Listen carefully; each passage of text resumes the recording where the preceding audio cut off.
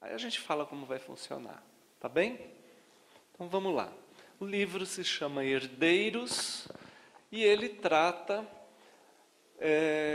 da mesma temática de um livro do Allan Kardec, que eu considero o livro mais gostoso de ler, do Kardec, que mais me ajudou a desfazer, a desmistificar as imagens e as ideias que eu tinha de outras religiões, porque eu vim de berço católico, me tornei espírita em 1990, e na época eu era jovenzinho, tinha 21 anos, né? Então, não precisa fazer as contas, eu tenho 46. Tá? É isso aí, né? Senão a cabeça fica e não presta atenção. Então, naquela época, a gente estava cheio de ideias, né? E a gente começa a estudar a doutrina, a gente começa a confundir os conceitos da doutrina espírita com os conceitos católicos. Porque eu era católico, né? Estou falando do catolicismo por causa disso. Mas vem pessoas de outras religiões também, que não o catolicismo, que também se confundem. Eu achava que eu estava por cima, né? Achava, estou reinando, eu manjo tudo de doutrina espírita. Quando eu li esse livro do Kardec, eu vi que eu estava por baixo, eu estava por fora de tudo, porque eu estava realmente misturando conceitos. É um livro que trata sobre questões incríveis sobre religiões. Vamos ver se vocês sabem. Que livro que é esse? Mais alto eu não estou ouvindo, gente, por favor. Hã? Livro dos Espíritos? Não é. A Gênesis? Não é. Livro dos Médiuns? Não é. O Evangelho? Não é. Agora ficou fácil, só sobrou um. Só sobrou um. O Céu e o Inferno, que está comemorando este ano, quantos anos de publicação? 150 anos. Olha só, é o aniversário de publicação deste livro maravilhoso do Allan Kardec, esquecido muitas vezes nas nossas estantes, que as pessoas só querem ler romancezinho, água com açúcar, e não querem estudar Kardec, porque estudar Kardec traz verdades poderosas, e romancezinho, água com açúcar, não. E a gente, para ter contato com a verdade poderosa, que muda a tua vida, que transforma toda a energia do teu viver, a gente tem que ter coragem. Vamos então conversar sobre alguns capítulos deste livro. Eu tenho certeza que vai ser simples, viu, gente? Não fiquem com medo, não vai ser aquele estudo assim, igual na escola, na faculdade, que vocês vão sair daqui de cabelo em pé. Se vocês ficarem, vocês podem puxar a orelha depois. Vamos lá? Primeiro capítulo que a gente vai conversar, sobre o título do livro, Céu e Inferno. O Kardec faz uma analogia de como as ideologias hegemônicas, né, que dominavam e que dominam ainda, judaico-cristãs, como elas veem o céu e o inferno. E depois ele compara com a doutrina espírita. Então ele faz uma pesquisa incrível, né, nas bibliotecas e tal. E ele traz então que a ideologia judaico-cristã fala que o céu, tanto o céu quanto o inferno, são lugares físicos que a alma vai habitar depois que o corpo morre. E é claro que isso para a gente, que está lá professando a fé judaica, católica, protestante, parece uma verdade, né? Para eles é imposto. Você tem que acreditar. Se você não acreditar, você não é desta religião, né? Então você é obrigado, é um dogma. E isso conta para a gente, então, diversas características deste céu, deste inferno, né? Deste lugar onde somente pessoas boas vão viver, né? Vão passar a sua eternidade, que seria o céu, né? Eu costumo dizer o seguinte: se existir realmente um céu, eu falo para os mentores, pelo amor de Deus, vocês não me levam para esse lugar. Eu quero morrer e quero ir para o inferno. Eu falo isso. Tem espírita que ainda se arrepia quando ouve a palavra inferno, porque ainda traz resquícios das crenças de outras religiões, de outras ideologias. E quando eu falo isso, tem gente que ri, tem gente que se assusta. Fala, nossa, que cara que é esse? Que palestrante que é esse? Será que esse cara é do bem está falando que quer ir para o inferno? Eu estou mesmo dizendo isso. Primeiro que eu não acredito, né? Eu estou dizendo que se existisse. Por quê? Porque eles dizem que só vai para o céu quem é absolutamente perfeito, que nunca errou. Nem nas histórias dos santos católicos ou dos grandes espíritos mensageiros, eu vi alguém que não titubeasse pelo menos uma vez na vida. Não existe. Até Jesus, não é? Ficou nervoso quando viu os mercadores no templo e foi lá e derrubou tudo e gritou e xingou. Imagina o resto. Este lugar que eles chamam de céu deve ser vazio. Gente, já pensou um lugar horrível que não deve ser? Vazio, porque não tem ninguém. Ai, aquele lugar lindo, cheio de flor, florido, aquelas árvores bonitas, igualzinho que aparece na novela A Viagem, né? Aquela coisa, só que vazio. Imagine aquilo vazio. Aí eu vou, poxa, e a minha mãe, hein? Gosto tanto, meu pai, meus irmãos, as pessoas que eu amo, amigos, companheiros. Eu não posso ver pelo resto da minha eternidade. Então, eu vou dizer, eu prefiro ir para o inferno, porque eu prefiro estar neste inferno, queimando no fogo do inferno, mas junto com meu pai, com a minha mãe, com os meus irmãos, com as pessoas que eu amo. O outro conceito complementa esse, mais 2 capítulos do livro. Anjo e... Está cheio de espírita que morre de medo e arrepia até a barba quando fala a palavra demônio.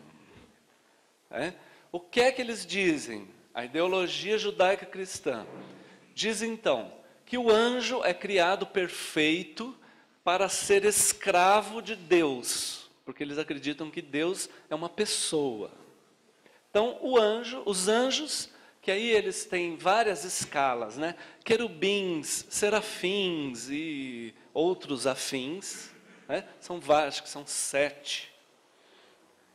O Kardec fala tudo, eu não me lembro agora, né? nem é preciso a gente falar disso. O que é importante a gente entender é que eles colocam que eles foram criados perfeitos para serem escravos. Cada um tem então uma tarefa. Eles vêm aqui para ser anjos guardiões, anjos anunciadores, anjos protetores e etc, etc. Essa ideologia parece um pouco estranha, né? Porque ao mesmo tempo, eles dizem assim, que eles são criados perfeitos, serão perfeitos eternamente, só que eles dizem que tem um que um dia resolveu ser mau. Olha só. E aí ele ficou mau eternamente, infinitamente. E ele então ganhou um nome de anjo também, mas o anjo do mal. Que para nós a palavra que significa esse anjo que caiu, que desistiu, ela se transformou, que vem lá da mesma palavra, que é anjo do bem ou anjo do mal, é a mesma coisa. A mesma palavra ela se transformou em demônio, daimon em grego, se transformou em demônio. A gente transformou ele em um ser místico, através das gerações e de todas as religiões. Não sei se vocês já viram aquele canal Discovery.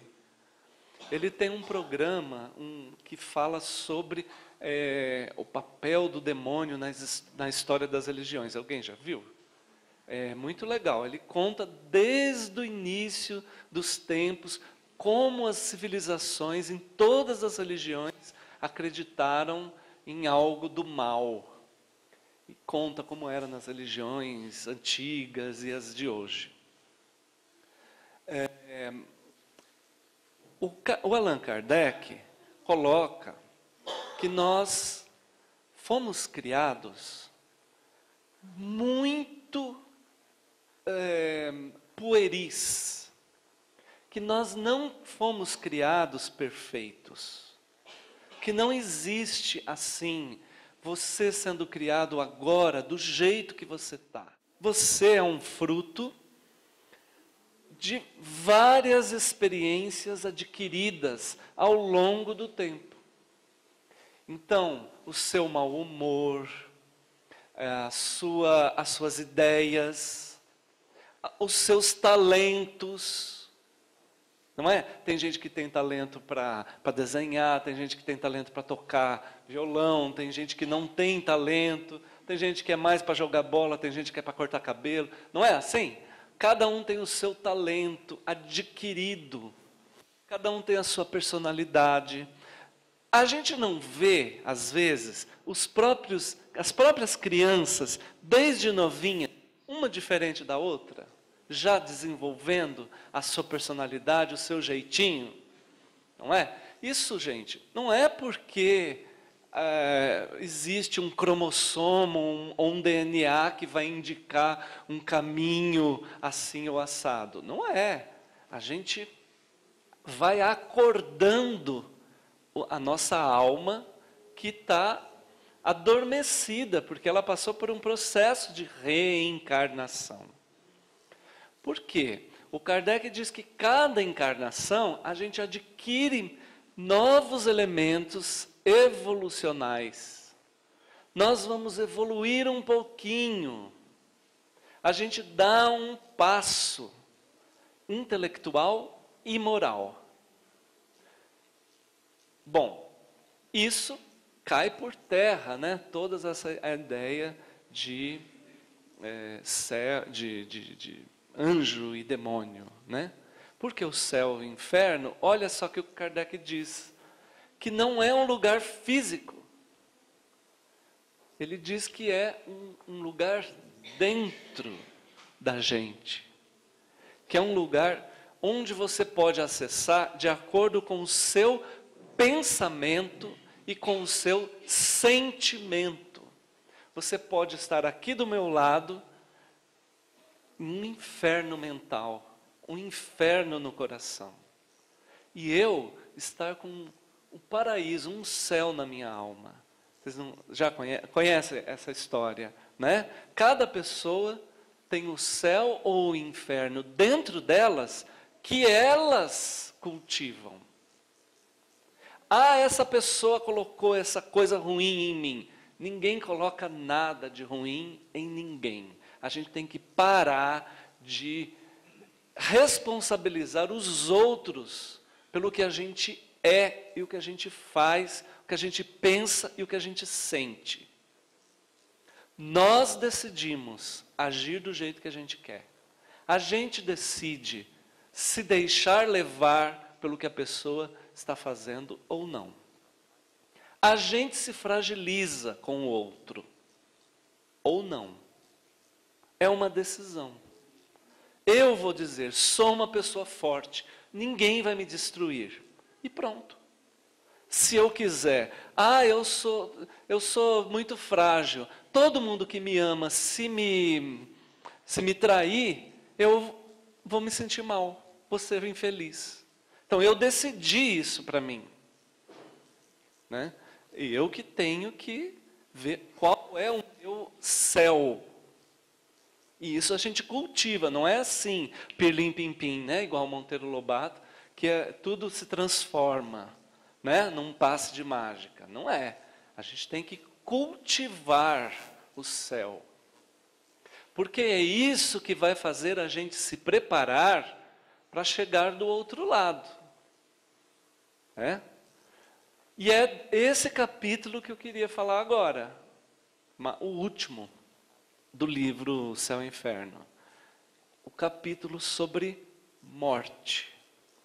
Porque o Kardec vai falando todas essas questões de céu, de inferno, de anjo, de demônio, que diz que não existe anjo, não existe demônio, mas existe situações em que nós podemos ser um anjo para os outros. Não no sentido de nascermos perfeitos, mas de estarmos em situação de ajudar, para beirar um pouquinho do bem e ser um pouquinho de Deus na terra. Assim como a gente tem diversos espíritos amigos, mentores, protetores, anjos guardiões. Olha só, usei a palavra anjo guardião, que não são espíritos perfeitos, não foram criados perfeitos.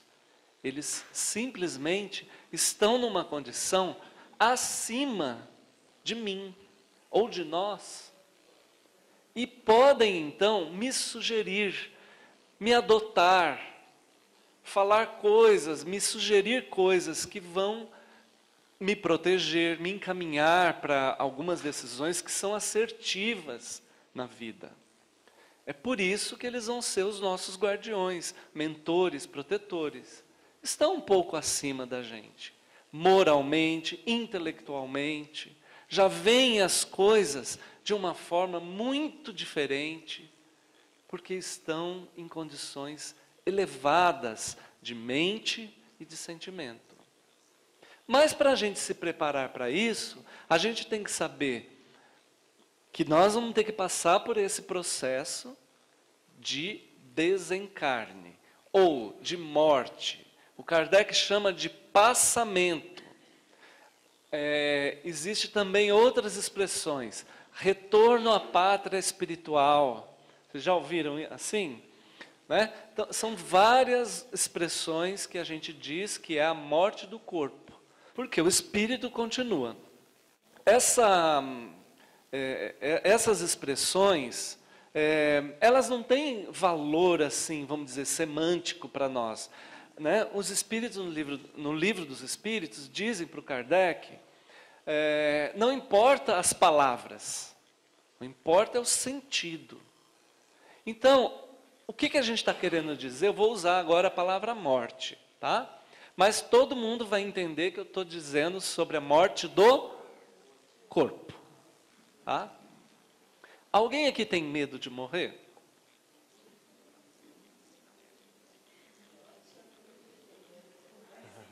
Por que a gente tem medo de morrer? Porque a gente não acredita que existe vida após a morte.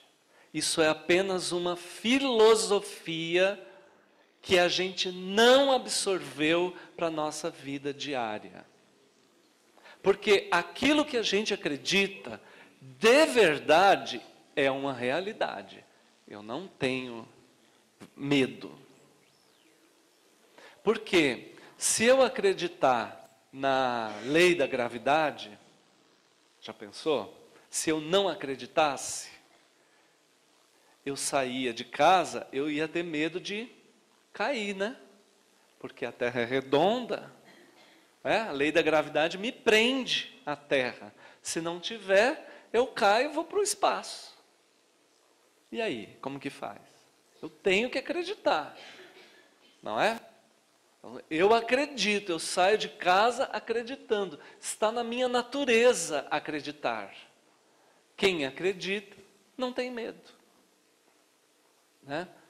Mas eu acho que também tem uma outra coisa importante para a gente considerar, que as pessoas associam a morte ao sofrimento. Acreditam que quem morre sofre. Vocês já assistiram o filme Nosso Lar? Quem é que não assistiu? Vamos ver, levanta a mão.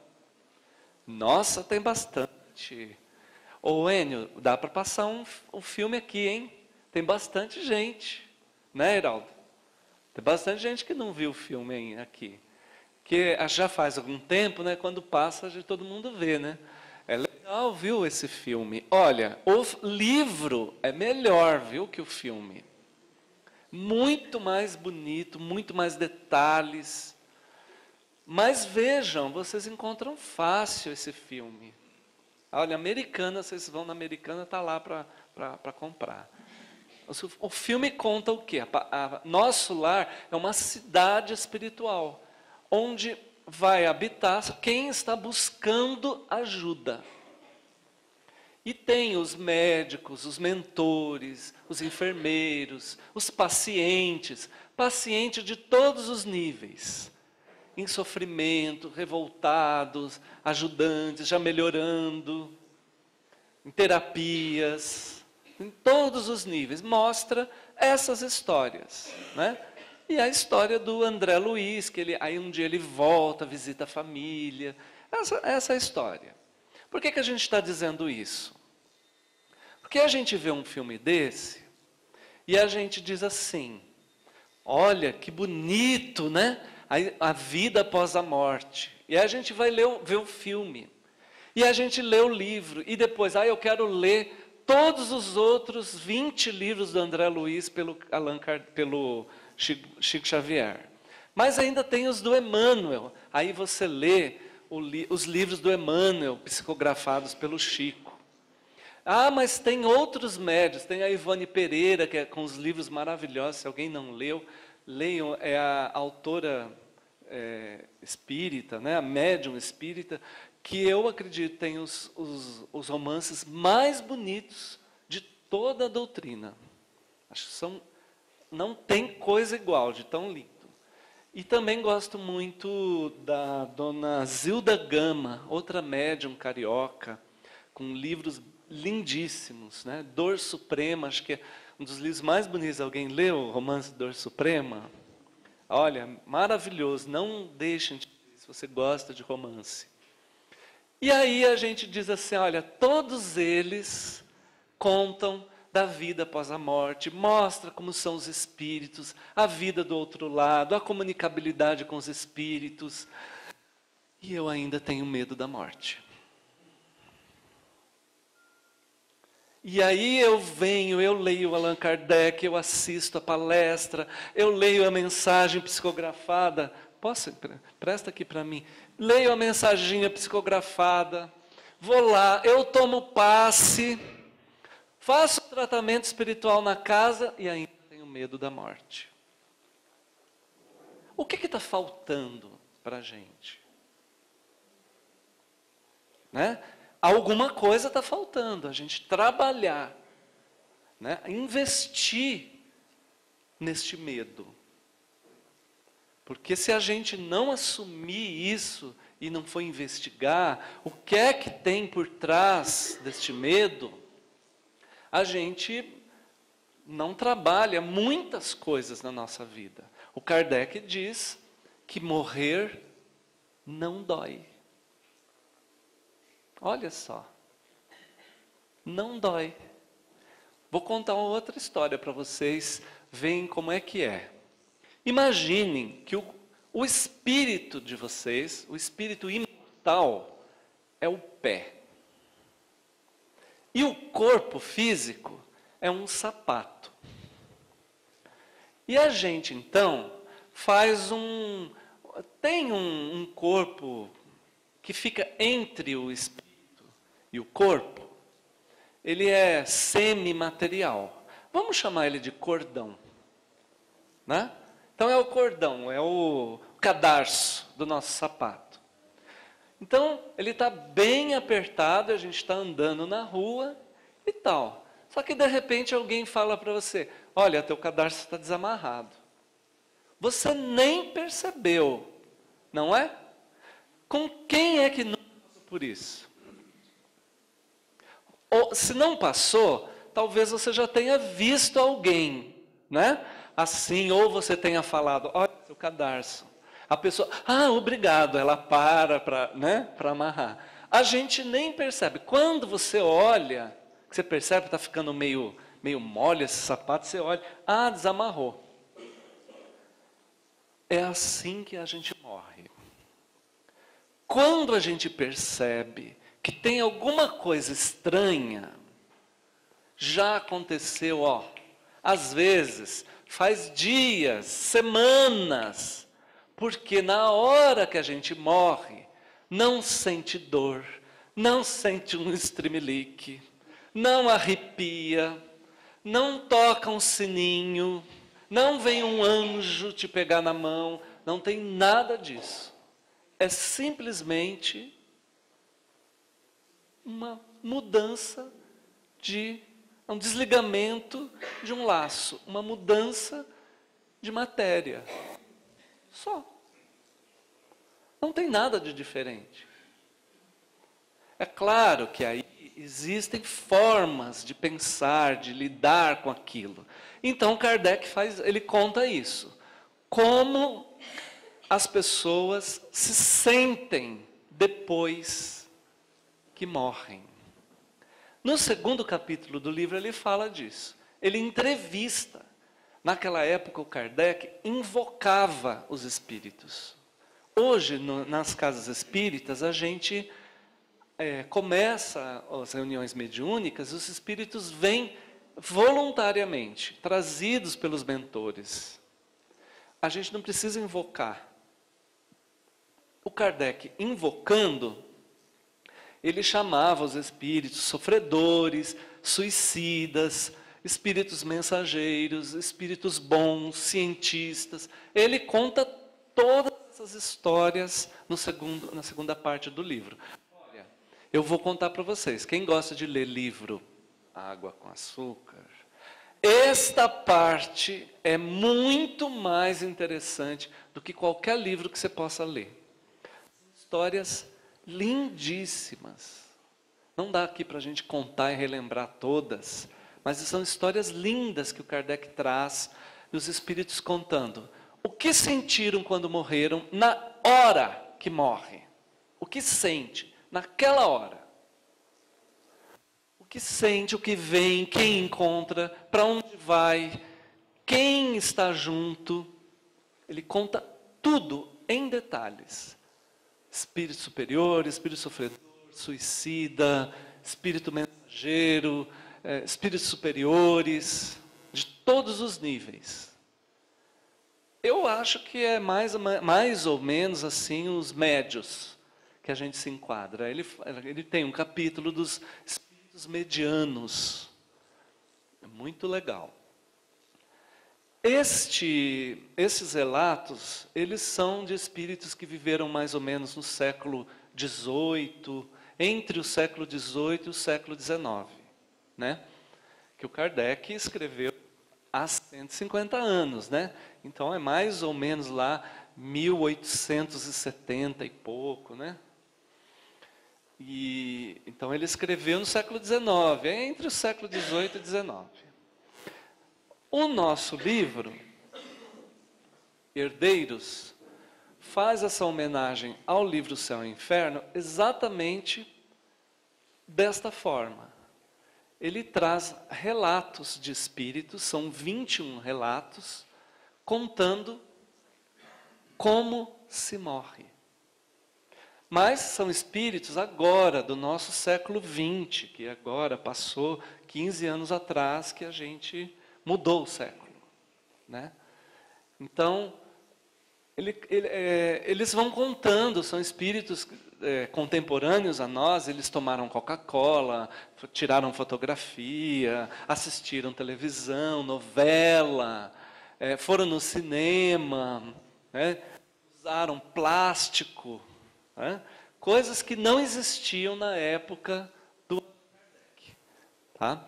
Tudo isso, para nós, é muito interessante, porque ele traz uma visão bastante contemporânea, bastante atual, de questões da morte.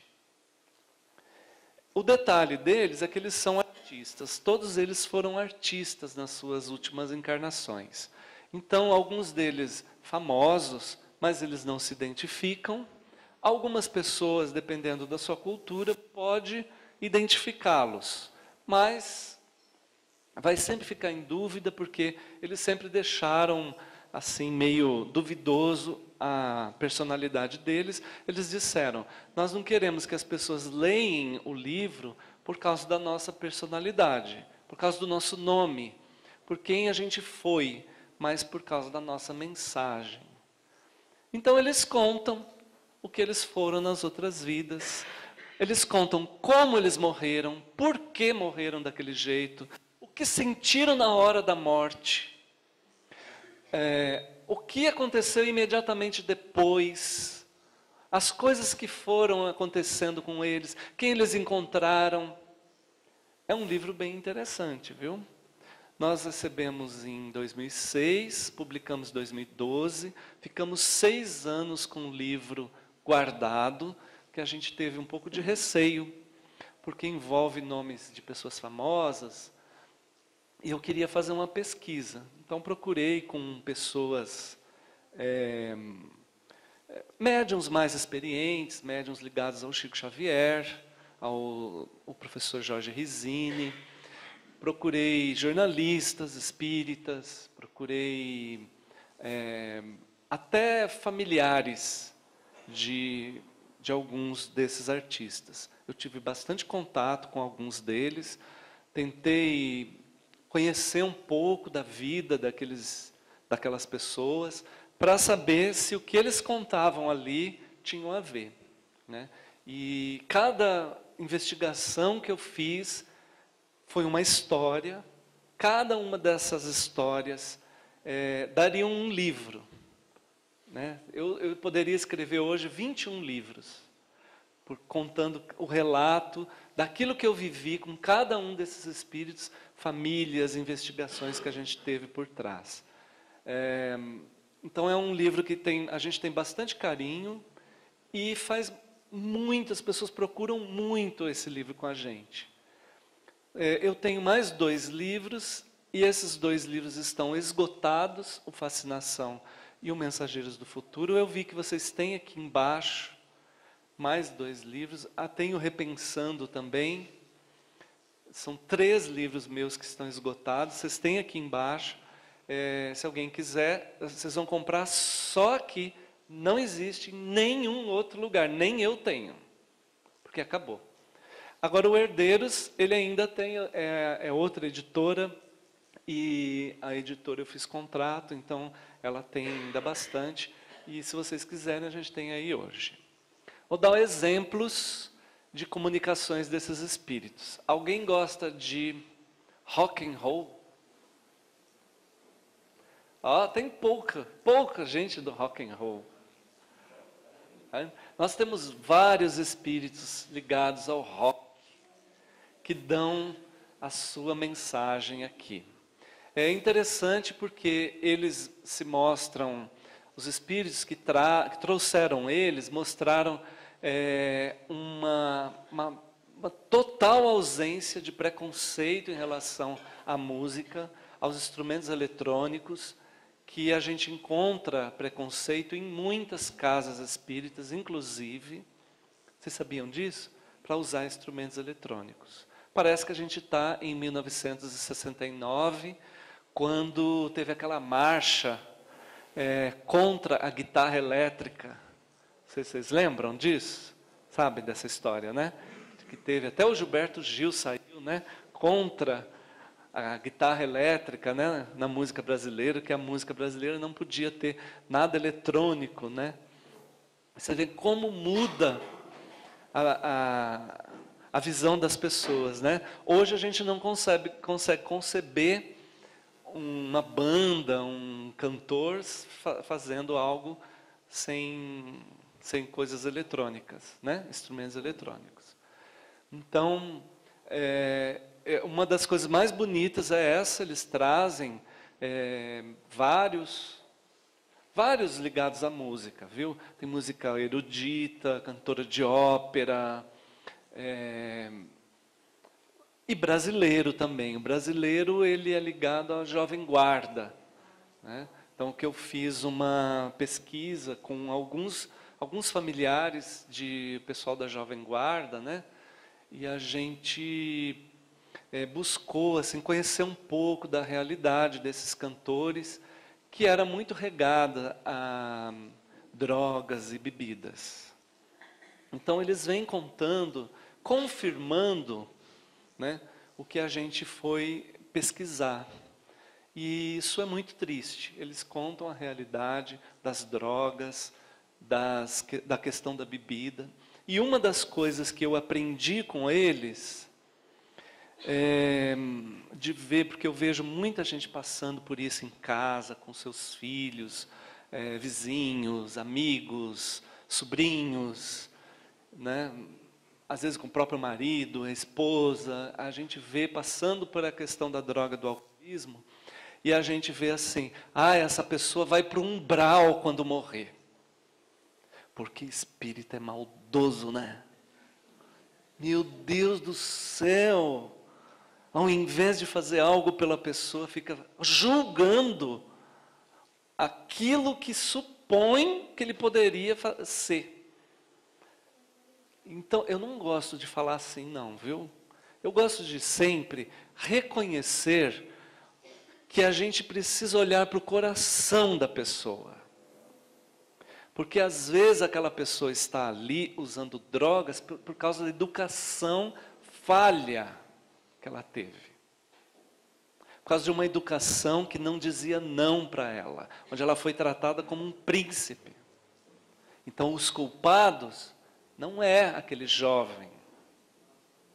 Por causa dos amigos que ela teve, e porque não teve uma família que a ensinasse com diálogo, com amor, com uma educação que soubesse equilibrar as coisas.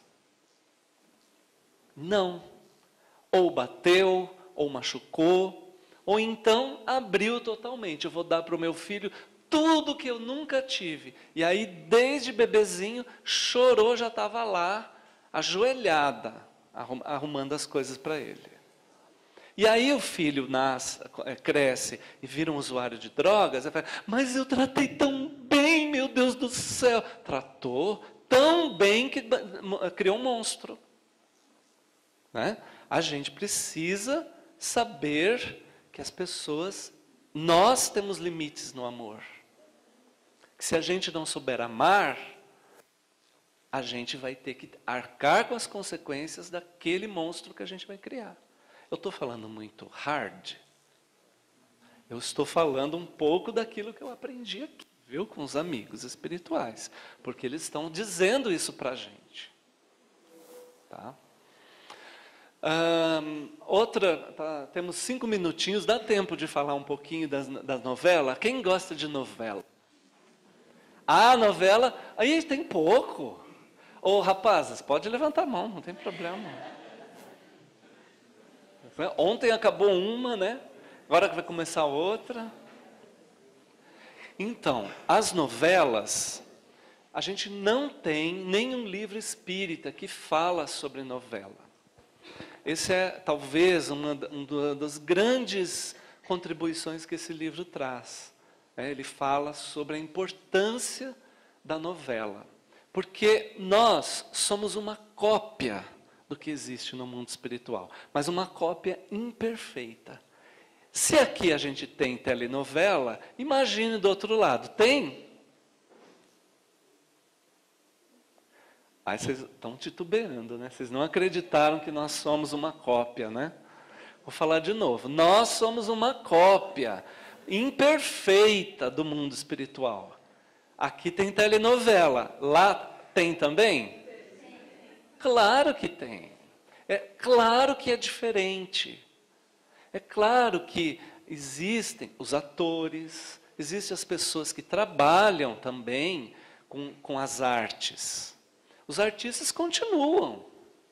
E eles têm que fazer alguma coisa. Já pensou a gente ser artista aqui, trabalhar tanto, a vida inteira, vamos dizer, Tarcísio Meira, né? Estreou agora a peça dele. Vamos ver, gente, que é linda a peça dele e da Glória Menezes. Estão os dois, cada um com uma peça.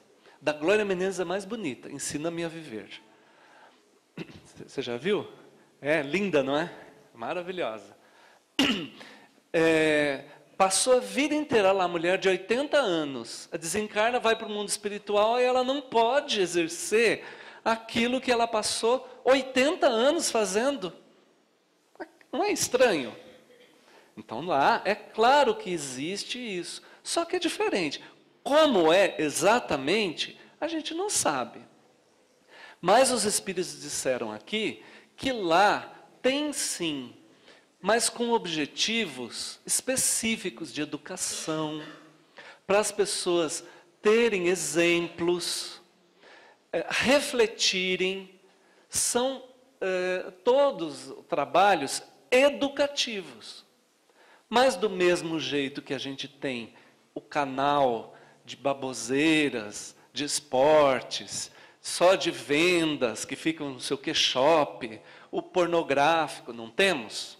A gente também tem dos espíritos menos evoluídos, lá do outro lado. Né? Eu não sei como que eles fazem, mas eu sei que tem também. Que a pessoa passa aqui a vida inteira fazendo esse tipo de filme, e quando chega do outro lado, você acha que ela vai querer ser um anjo guardião? Às vezes, né? Quem sabe? Mas o que está na mente da pessoa, muitas vezes, é aquilo que ela fez por muito e muito tempo. Ela precisa, às vezes, de um período para se limpar daquelas formas mentais, né? É disso que os espíritos trazem. Todos eles, também conversei com parentes de pessoas ligadas a esta... Tem ator de novela, tem a autora de novela, que escrevia novela. Eu tenho em contato também, vi também o quanto essa pessoa, em vida, já tinha um compromisso nas suas novelas de incorporar questões ligadas à doutrina espírita, colocar coisas de moralidade, colocar o amor como um grande carro-chefe das relações humanas. Então ela já tinha essa visão. E ela diz que ela trazia dos ensinamentos que ela tinha na espiritualidade superior. Bom, nós terminamos o nosso tempo, nós temos o livro aí. Se você tiver interesse, pode vir conversar com a gente. O livro custa R$30, eu vou estar lá embaixo. Vou fazer uma frase, fico meio mediunizado assim, eu faço uma frase inspirada, é psicografada, então. Peço que quem for ficar lá embaixo, por favor, me ajude, contribua com o silêncio, para eu poder me concentrar, né? Porque os espíritos vão estar. Agora eu não sei se eu consigo, se fica a gente muito conversando e tal, né? E um desenho mediúnico bem simples, bem rapidinho para você. Se você tiver interesse, a gente vai estar disponível. Se você não tiver condições de pagar, tem vontade de adquirir, fala com a gente, a menina que vai estar lá vendendo, você paga para ela quando você puder, se quiser pagar em 2 vezes, depois ela me deposita, não tem problema nenhum, tá? É uma questão simples. Ou então a gente deixa o livro aí com ela, e você pega quando quiser pagar, quando puder pagar, aí você faz a proposta, tá? A gente não veio vender livro, nós viemos compartilhar uma experiência, como eu falei no início. Quero agradecer a atenção de vocês, coração de vocês que ficaram abertos, receptivos, os amigos da internet que estão prestando atenção, deixaram de fazer as suas coisas em família para prestar atenção aqui. Eu desejo a todos muita luz para que a gente possa refletir sobre a nossa vida, sobre o nosso posicionamento e transformar aquilo que a gente acredita em uma verdade. E podemos fazer a prece? Podemos? Vamos fechar os nossos olhos, vamos nos sentir mais à vontade nesse momento, pedindo a permissão dos bons espíritos, para que o nosso coração seja aberto e muitas energias saiam daqui, vertem-se sobre o nosso país, que precisa de uma energia de luz para reavivar a ética, para reavivar o compromisso com a honestidade, com a prática do bem, para que as pessoas parem de externizar o ódio e comecem a praticar mais aquilo que ela quer exigir dos outros. Que as pessoas possam ter mais vontade de estudar a história do Brasil e tudo aquilo que ele já sofreu, para não falar bobagens, para não ficarem perdidas dentro de conceitos que elas nem sabem o que é. Nosso país precisa de muita luz. Traz, Senhor, para esse nosso país essa energia revigorante de paz entre as pessoas, de crescimento e de evolução, para que a gente pratique aquilo que a gente acredita e não exija e nem julgue de ninguém aquilo que a gente ainda não é, aquilo que a gente ainda não quer ou não consegue ser. Coloque na nossa família